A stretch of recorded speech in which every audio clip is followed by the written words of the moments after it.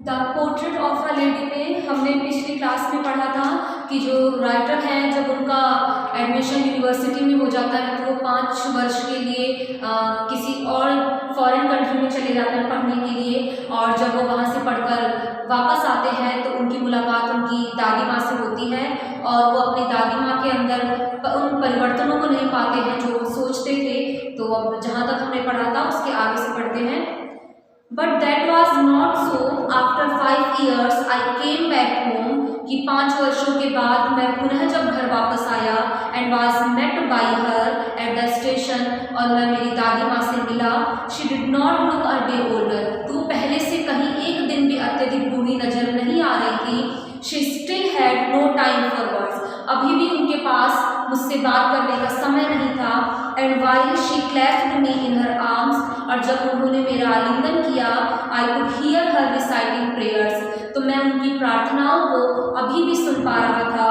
Even on the first day of my arrival, यहाँ तक कि मेरे घर आने के पहले दिन, हर हैप्पीएस्ट मोमेंट्स वर, उनका जो सबसे पसंदीदा जो सुख भरा क्षण था, विथ हर स्पैरोज, वो उनकी चिड़ियाओं के साथ में था।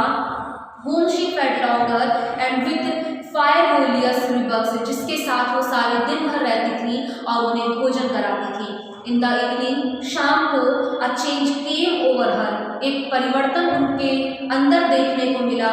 शी डिड नॉट प्रे, वो प्रार्थना नहीं कर रही थी। She collected the woman of the neighbourhood, उन्होंने पड़ोसी जो औरतें थी, पड़ोस की औरतें थी, उनको इकट्ठा कर लिया। गॉट एन ओल्ड ड्रम, एक पुरानी ढोलक मंगाई, एंड स्टार्टेड टू सिंग, और गीत गाने लगी।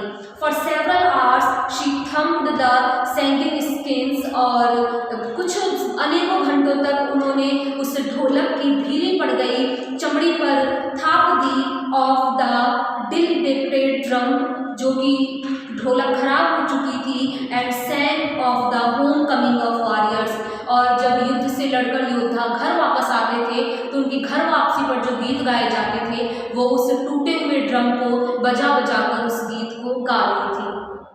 We had to persuade her to stop, हमने उनसे आग्रह किया रुक जाने का, टू अवॉइड ओवर स्ट्रेनिंग, ताकि उनको अत्यधिक तनाव ना हो। That was the first time since I had known her that she did not pray, यह पहला समय था जब मैंने जाना कि उन्होंने ईश्वर की प्रार्थना नहीं की।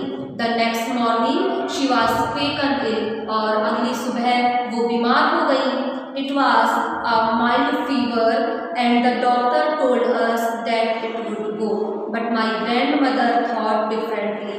It was a mild fever, यह हल्का बुखार था, and the doctor told us that it would go, और डॉक्टर ने कहा कि यह जल्दी ही चला जाएगा। but my grandmother thought differently, लेकिन मेरी माता जी के कुछ अलग ही विचार थे इस बीमारी के बारे में। She told us that, उन्होंने हमसे बताया, उन्होंने हमसे कहा that her end was near, कि उनका अंत अब नियर है, पास में है। She said that, उन्होंने कहा since only a few hours before the close of the first chapter of her life she had omitted to pray, she was not going to waste any more time talking to us. She said that, उन्होंने हमसे कहा since only a few hours before, कि कुछ घंटे पहले, the close of the first chapter of her life, उनके जीवन के पन्ने के खत्म होने से 1 घंटे पहले उन्होंने कहा omitted to pray, प्रार्थना करने के लिए, she was not going to waste any time talking to us, कि वो हमसे बात करके अपना समय व्यर्थ नहीं करना चाहती हैं, बल्कि अपने जीवन के खत्म होने से पहले वो ईश्वर की प्रार्थना करना चाहती हैं। ये प्रोटेस्ट, हमने इसका विरोध किया, but she ignored our protest, लेकिन उन्होंने हमारे विरोध को अनदेखा कर दिया। She lay peacefully in bed, वो बेड पर, वो बिस्तर पर आराम से लेट गई। Praying and telling her beads, और अपनी माला को जपती रही, भजन गाती रही। Even before we could suspect, her lips stopped moving and the rosary fell from her lifeless fingers.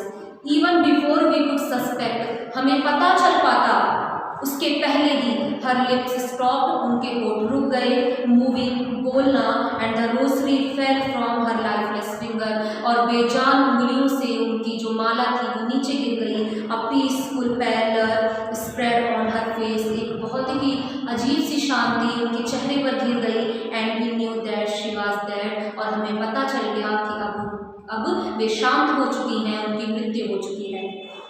We lifted her off the bed, हमने उन्हें बिस्तर पे से उठाया। एज इज कस्टमरी, जैसा कि रिवाज था। Laid her on the ground, उन्हें धरती पर लिटा दिया। And covered her with a red shawl, और उन्हें लाल कलर के चादर से ढक दिया। After a few hours of morning, कुछ घंटों के विलाप के पश्चात, वी लेफ्ट हर अलोन, हमने उन्हें अकेला छोड़ दिया।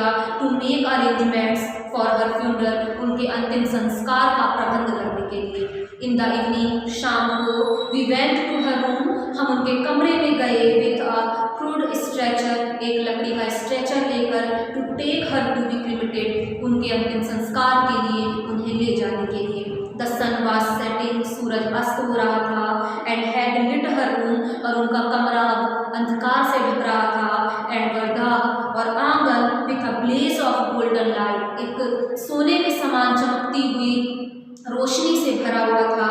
We stopped halfway in the courtyard, हम आंगन के आधे रास्ते में ही रुक गए। ऑल ओवर द वर्धा, उस पूरे गलियारे में। एंड इन हर रूम, और उनके कमरे में। राइट अप, सामने। वेयर शी ले डेड, जहाँ पर वो मृत पड़ी हुई थी। And still wrapped in the red shawl, वहीं पर वो लाल कलर के कपड़े में लिपटी हुई थी। थाउजेंड्स ऑफ स्पैरोज, हजारों की संख्या में गौरैया set scattered on the floor, वो जगह जगह पर बिखरी हुई पड़ी हुई थी। यानी जिस जगह पर उन्हें मृत लिटाया गया था, उनके आसपास हजारों की मात्रा में गौरैया बैठी हुई थी। देयर वॉज नो चिपिंग, आज उन चिड़ियाओं के अंदर चहचहाहट नहीं थी। वी फेल्ट सॉरी, हम उनके लिए बहुत दुखी थे। फॉर द बर्ड्स, चिड़ियाओं के लिए। And my mother fished some bread off them, मेरी माता जी ने उन चिड़ियाओं के लिए कुछ रोटी के टुकड़े फेंके। She broke into little crumbs, उन्होंने उसके छोटे छोटे टुकड़े किए। The way my grandmother used to, जिस प्रकार से मेरी दादी माँ किया करती थी। एंड थ्रू इनटू देम, और उन चिड़ियाओं को खाने के लिए फेंका। The sparrows took no notice of the bread, लेकिन उन चिड़ियाओं ने उन रोटी के टुकड़ों पर बिल्कुल भी ध्यान नहीं दिया।